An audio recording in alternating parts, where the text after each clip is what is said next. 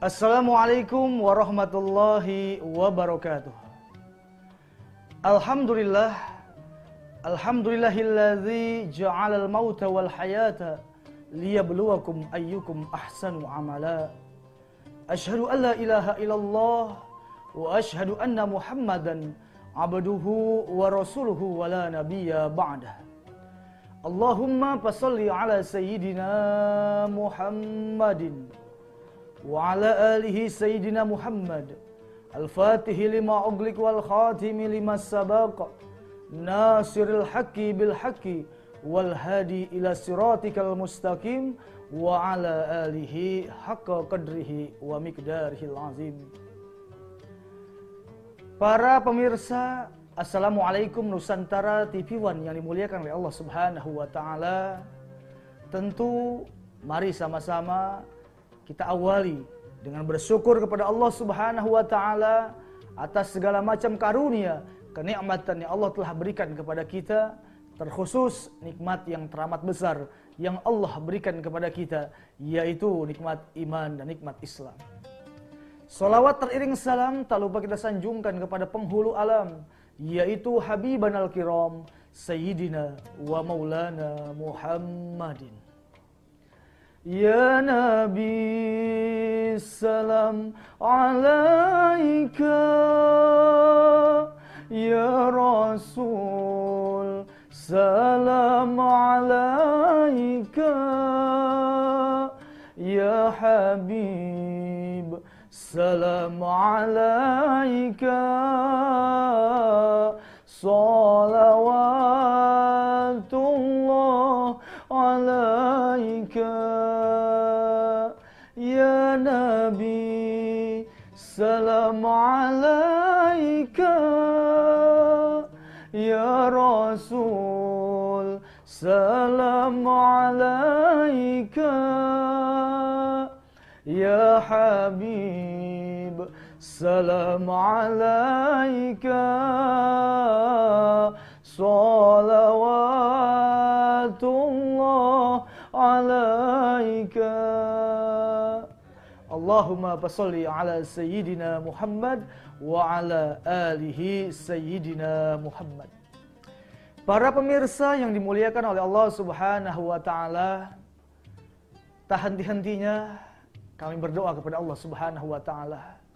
Mudah-mudahan yang sedang sakit Allah angkat penyakitnya, yang sedang berusaha Allah lancarkan usahanya, dan mudah-mudahan Allah jadikan kita hambanya yang insya Allah sukses di dunia dan terlebih bahagia di akhirat nanti. Baik para pemirsa yang dimuliakan oleh Allah Subhanahu wa taala, maujudnya makhluk dari tiada kemudian ada dan menjadi tiada. Tetapi maujudnya Allah ada dan ada.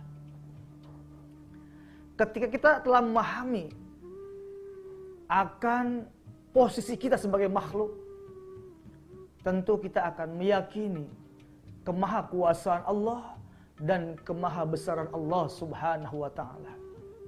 Dan ini merupakan sesuatu yang harus kita yakini, bahwa selain ada kehidupan juga ada kematian.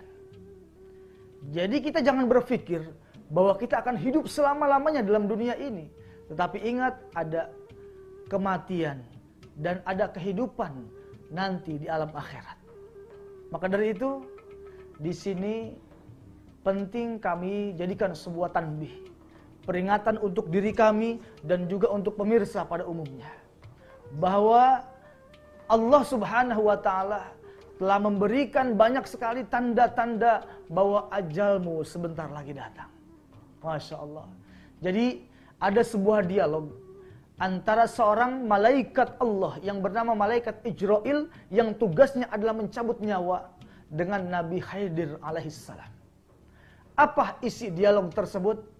Kalau bahasa kita begini, karena saking dekatnya nih Nabi Khidir dengan malaikat Ijrail, CS lah kalau bahasa kita ya. Apa kata Nabi Khidir? Hai Ijrail, kalau kamu nanti mau cabut nyawaku, tolong kasih tahu jauh-jauh hari ya. Jangan dadakan. Ya, ini kalimat Nabi Khidir dengan malaikat Ijrail.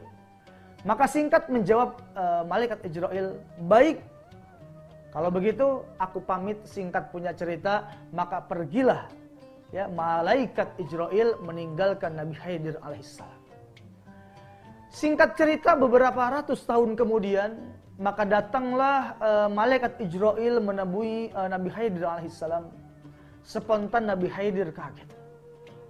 Ditanya sama Nabi Khidir, "Wahai Ijrail, kamu mau ngapain ketemu dengan aku? Ada tugas apa dari Allah?" Apa jawab malaikat Ijrail? "Aku datang menemuimu hari ini untuk mencabut nyawamu." Spontan kaget Nabi Khidir alaihissalam. Apa katanya? "Wahai malaikat Ijrail, bukankah aku pernah memberitahumu bahwa kalau engkau ingin mencabut nyawaku, maka kasih tahu dari jauh-jauh hari, jangan dadakan seperti ini." Maka spontan malaikat Ijrail menjawab, "Wahai Nabiullah Khidir alaihissalam, sesungguhnya Allah telah banyak memberikan tanda-tanda bahwa ajalmu sebentar lagi datang." Apa kata Allah yang menjadi tanda bahwa ajalmu sebentar lagi datang? "Ayo lihat rambutmu. Rambutmu yang dulu berwarna hitam sekarang sudah mulai banyak yang berwarna putih." Ayo para pemirsa, ayah coba yang pakai peci dibuka pecinya. Coba menghadapkan ke cermin, ya. Lihat rambut kita satu persatu, apakah sudah mulai banyak yang berwarna putih? Kalau ternyata sudah makin banyak yang berwarna putih, pertanda itu satu peringatan dari Allah bahwa ajalmu sebentar lagi datang. Siap-siap ya. Masya Allah. Itu yang pertama. Baik, selanjutnya yang kedua. Tanda-tanda sebentar lagi ajalmu datang. Lihat kakimu. Yang dulu 2 sekarang sudah mulai menjadi 3. Kenapa? Karena ada bantuan tongkat. Masya Allah. Kita ketika masih muda, kaki kita sering kita gunakan jalan kemana? Tanya, apakah sering jalannya ke tempat maksiat ataukah sering ke tempat-tempat ibadah? Ya. Karena nanti kaki ini akan berbicara di hadapan Allah Subhanahu wa taala. Mulut akan dikunci oleh Allah Subhanahu wa taala. Nanti di akhirat akan terbalik. Sekarang di dunia mulut berbicara, kaki terkunci. Nanti di akhirat kaki berbicara, mulut yang akan terkunci.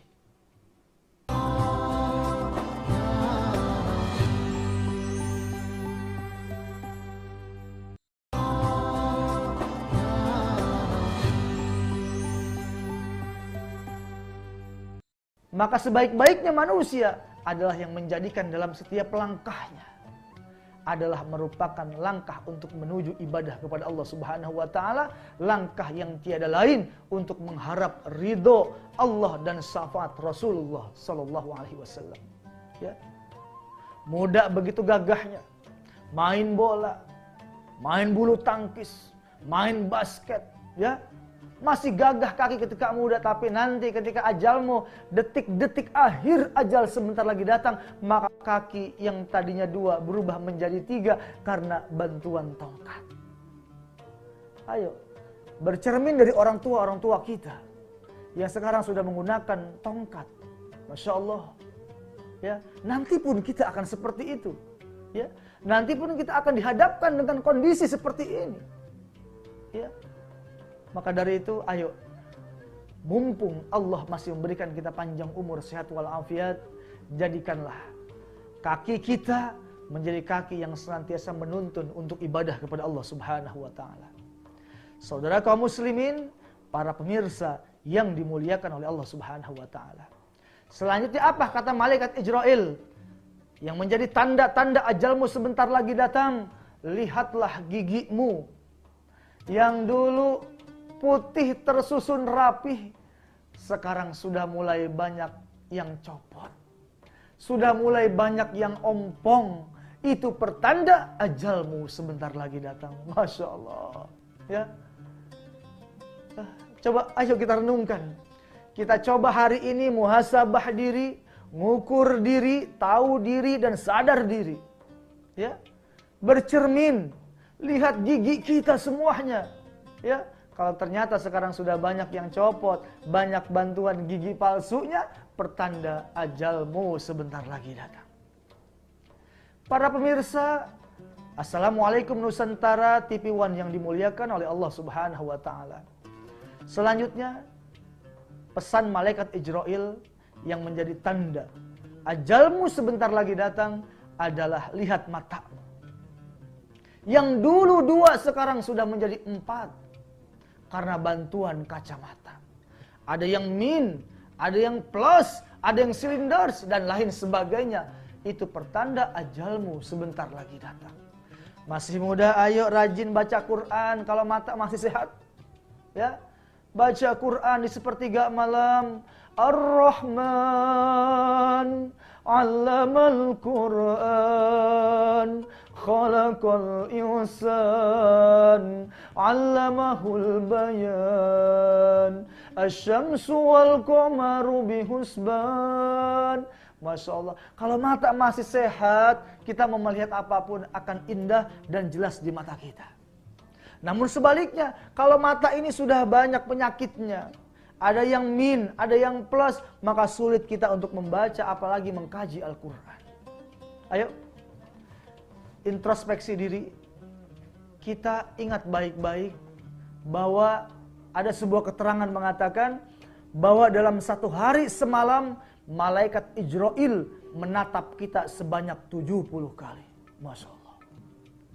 Ya, serem gak kira-kira ya?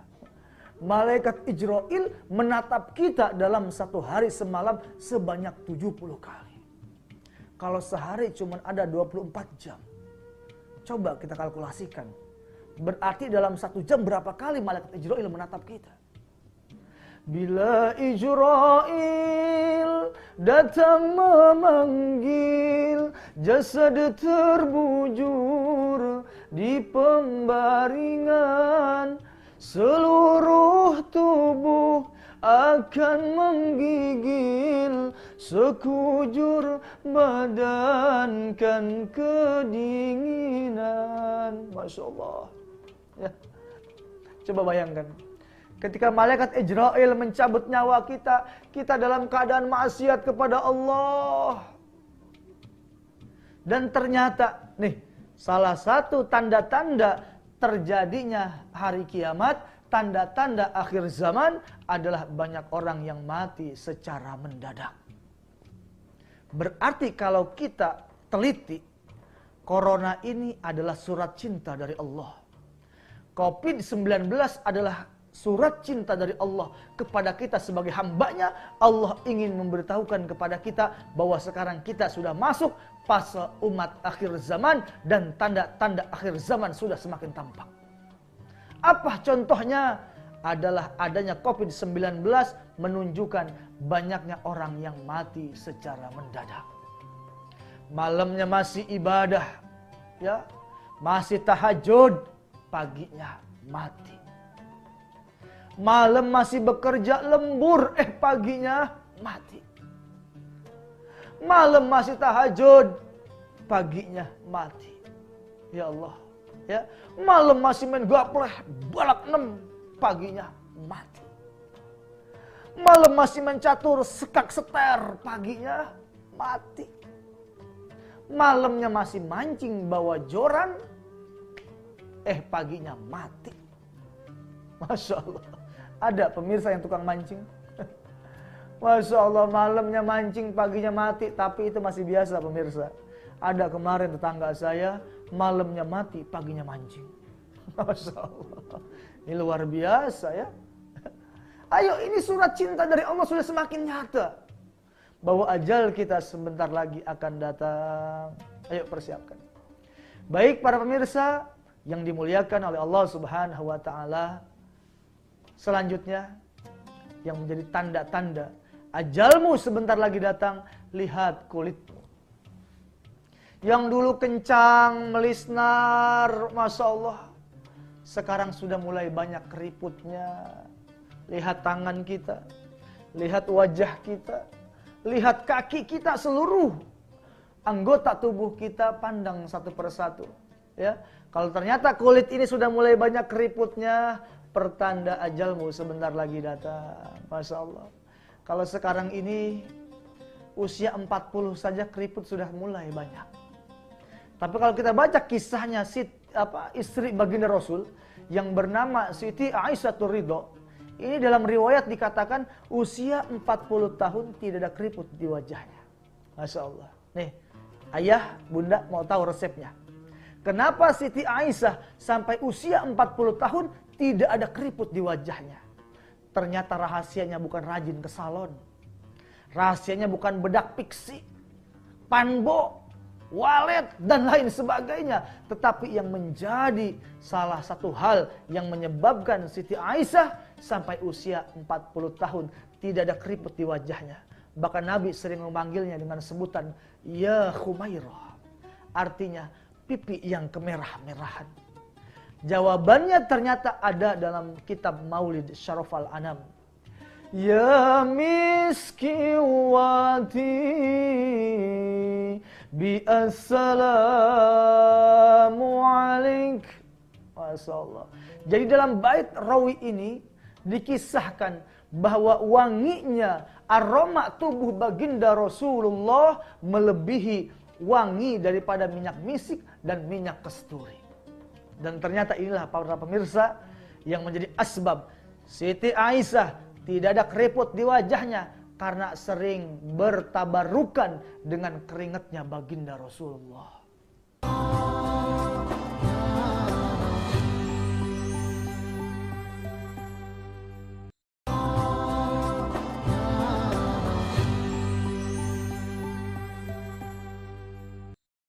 Karena dulu dalam riwayat para sahabat itu berebut ingin mendapatkan keringatnya Rasulullah.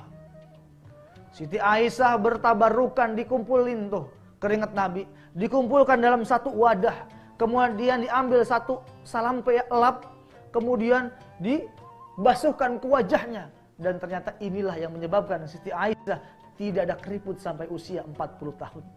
Bahkan dalam riwayat yang lain, Siti Aisyah sering tidur di ketiaknya Rasulullah. Jadi kalau baginda Rasul pulang berjihad, pulang berdakwah, itu Siti Aisyah langsung nyender di ketiaknya Rasulullah. Dengan keringatnya Rasul inilah yang menetes di wajahnya Siti Aisyah, yang menyebabkan Siti Aisyah awet muda sampai usia 40 tahun. Makanya ayah, bunda, ayo kalau pada pengen kulitnya awet muda, ibu di rumah bukan rajin ke salon, tapi apa? Ayo ikutin cara Siti Aisyah, rajin tidur di ketek suami. Insya Allah, ya, kalau baginda Rasul mah kulitnya wangi, ya, keringatnya harum. Siti Aisyah tidur di ketek Nabi, luar biasa awet muda. Kalau kita, ibu jangan coba-coba, suami pulang kerja, tidur di ketek suami, awet muda. Enggak, enak kita, Masya Allah ya. Kenapa? Karena kita berbeda. Nabi mah Muhammadun basyarun walaysa kal basyari. Muhammadun hajarun walaysa kal hajari. Ya Rabbi bil Mustafa baligh maqasidana waghfir lana ma madha ya wasi'al karami.